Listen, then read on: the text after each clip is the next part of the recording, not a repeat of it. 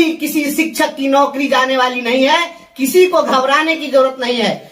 आज जो हालात बने हुए हैं, आपके घबराहट के कारण हालात बने हैं, कभी भी घबराना नहीं चाहिए। देखिए, मैं एक उदाहरण देना चाहता हूं शेर और हिरण का। शेर जो होता है जंगल का राजा होता है, और हिरण जो होता है वह भी अपने आप में जंगल का एक सबसे बड़ा, उसको धावक कह सकते हैं कि वह उससे ज्यादा तेज कोई नहीं चल सकता। शेर कभी हिरण से ज्यादा तेज नहीं चलता, लेकिन इसके बावजूद शेर हिरण को पकड़ लेता है। उसका कारण यही होता है कि शेर जब दौड़ता है तो केवल और केवल अपने शिकार को पकड़ने के लिए दौड़ता है, और हिरण जब अपने बचाव में दौड़ता है तो कुछ तेजी के साथ वो बढ़ता है और पीछे मुड़ कर फिर देखता है कि शेर हमारे पास तो नहीं आ गया। पीछे मुड़ कर कभी नहीं देखना चाहिए। जीत तय करनी है तो शेर की चाल चलो, शेर की दौड़ को दौड़ो, कभी हिरण के दौर में मत फंसना मेरे साथी। तेजी के साथ आप उत्साह से दौड़ते तो हो, लेकिन पीछे मुड़ के देखते हो कहीं हम हार तो नहीं जाएंगे।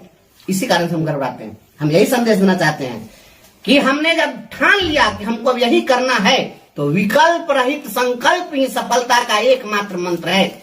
आपको करना है डू और डाई। करेंगे तो यही करेंगे, जिएंगे तो इसी के लिए, मरेंगे तो इसी के लिए, सोएंगे तो इसी के लिए, जगेंगे तो इसी के लिए। यह निष्ठा और यह संकल्प होना चाहिए। हमने संकल्प लिया है, उस संकल्प को पूरा करने के लिए और हम चल पड़े हैं अपने कारवा को लेकर, अपने अभियान को लेकर। तो हम पीछे नहीं। हमने तो बार बार कहा है, यह नील नदी की धारा है, सूझता न पुल किनारा है, ले लील भले ही धार, मुझे लौटना नहीं स्वीकार। मुझे रण क्षेत्र में जब चल दिया तो चल दिया। इसलिए आप जान लीजिए, इस लड़ाई को आप जीतेंगे। मजबूती के साथ हम लड़ रहे हैं, किसी को चिंता करने की कोई जरूरत नहीं है। हमारे लड़ाई में बहुत सारे फैक्ट हैं, अपने पक्ष में तर्क है, कानून है। हम जीतेंगे इस लड़ाई को। इसलिए कोई साथी घबरा नहीं, यूनाइटेड रहें, एकीकृत रहें।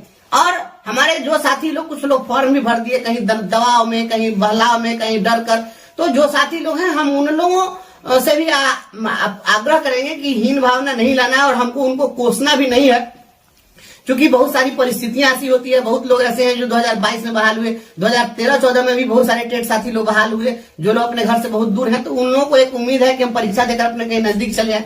तो हमको उन लोगों से कोई बेमनस्ता भी नहीं है, और हम उन लोगों को उनकी आलोचना भी करना नहीं चाहते हैं। लेकिन जिनका अपना बसा बसाया घर है, जो अपने घर के पास है, जो एक अपने जीवन को स्मूथली चला रहे थे, और वे लोग परेशान है, बेचैन है, मेरे दोस्त, नौकरी जो करते हैं हम, नौकरी इसलिए करते हैं कि अपने परिवार को खुशियां दे सके, अपने जीवन में खुशियां ला सके। इसलिए जीवन का जो अल्टीमेट जो पर्पस होता है, ultimate purpose of life is to be happy and to become happy.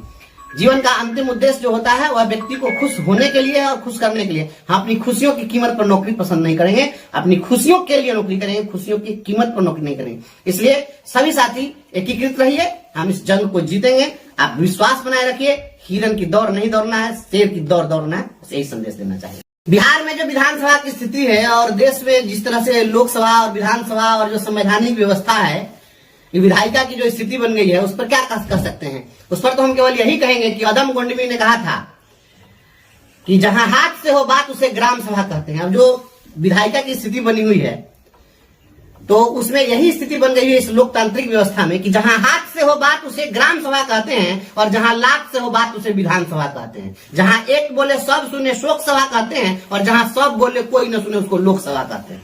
बस यही स्थिति रह गई है। हम यही कहना चाहेंगे, लोकतंत्र लोक लज्जा से चलता है, लेकिन जहां पर लोक लज्जा समाप्त हो जाए वहां पर लोकतंत्र नहीं चल सकता है। लोकतंत्र की परिकल्पना जो हमारे पूर्वजों ने की थी, आज उस तरह से लोकतंत्र उनकी परिकल्पना पर नहीं चल रहा है। जिस राज्य का मुख्यमंत्री सदन में कुछ बोलता हो और उसका जो कह रहा हो वह इंप्लीमेंट नहीं होता हो, तो वह चिंतनीय है और यह शर्मनाक है। ऐसे मुख्यमंत्री को जाके गंगा जी में डूब के जल समाधि ले लेना चाहिए। जिस राज्य के मुखिया की बात वहां का एक अधिकारी नहीं मान रहा है, जिस राज्य के मुख्यमंत्री पर एक पदाधिकारी भारी पड़ रहा है, तो यह तो मुख्यमंत्री को चुल्लू भर पानी में जाके डूब के मर जाना चाहिए। काहे के लिए मुख्यमंत्री, काहे का राजा? अरे लोकतंत्र में, लोकतंत्र के तो सारा राजा इसी प्रकार से, जब आपका चाल चरित्र बदल गया हुआ है, आप दिखते कुछ है करते कुछ है, तो निश्चित रूप से यह लोकतंत्र के लिए काफी हास्यास्पद है और यह अप्रासंगिक हो गया है और यह काफी चिंतनीय है। यह हम लोग कोई भी जो लड़ाई लड़ रहे हैं, वह लड़ाई लड़ने का यही होता है कि आप लोकतांत्रिक व्यवस्था में आप सड़क पर लड़ते हैं, सदन में लड़ते हैं, न्यायालय में लड़ते हैं। सड़क पर हमने लड़ाई लड़ी, लड़ाई इसलिए लड़ी जाती है कि आवाज हमारी वहां तक पहुंच जाए, हमारी आवाज पहुंची, सदन में लड़ाई होती है कि हमारी जो ग्रीवांसेज हमारे जो बात थे वो सारी बातें जो है पहुंच जाए राजा तक सारी बातें पहुंचा दी गई। राजा ने वहां कहा हमको तो मालूम ही नहीं था, तो आप लोग बताते ना, तो सब जब बताए तो काहे नहीं आप किए, तब बोले कि हाँ अब हो जाएगा, तो आपकी बात को कोई नहीं सुना। तो ऐसे राजा को क्या कहते हैं, हमको तो लगता है कि उनको वो तो हर क्षण बात भूल जा रहे हैं, उनको मेमोरी लॉस की स्थिति हो गई हुई है, और मेमोरी लॉस जिसका हो जाएगा वो कैसे राज्य चलाएगा। इसलिए यह बहुत ही दुखद है, चिंतनीय है। लेकिन एक फोरम अभी हमारा बचा है, वह है हमारा संविधानिक फोरम, और संवैधानिक फोरम में हमारा जुडिशरी का फोरम है। जुडिशरी के फोरम में हम अपनी बात रखेंगे और वहां से हमें न्याय मिलेगा। इसलिए हम ये बिहार के जो राजनीति में जिस तरीके से जो चल रहा है, गवर्नर कुछ कर रहे हैं, अधिकारी कुछ कर रहा है, चीफ मिनिस्टर कुछ कर रहे हैं, मंत्री कुछ कर रहे हैं, तो अब एकमात्र रास्ता हमारे पास न्यायपालिका का है। हम उस लड़ाई से वो वहीं पर लड़ेंगे और निश्चित रूप से जीतेंगे, उससे ऊपर कुछ नहीं है। और हाँ, और जो बाबू लोग अपने आप को अधिनायकवादी समझते हैं, इस राज्य के भाग्य विधाता समझते हैं और चीफ मिनिस्टर से ऊपर समझते हैं, याद रखिएगा, अगर आप इन चीजों से बाज नहीं आए तो आपके सारे कुकृत्यों को लेकर के और हम जाएंगे कोर्ट में और जेल भेजवाने का काम करेंगे।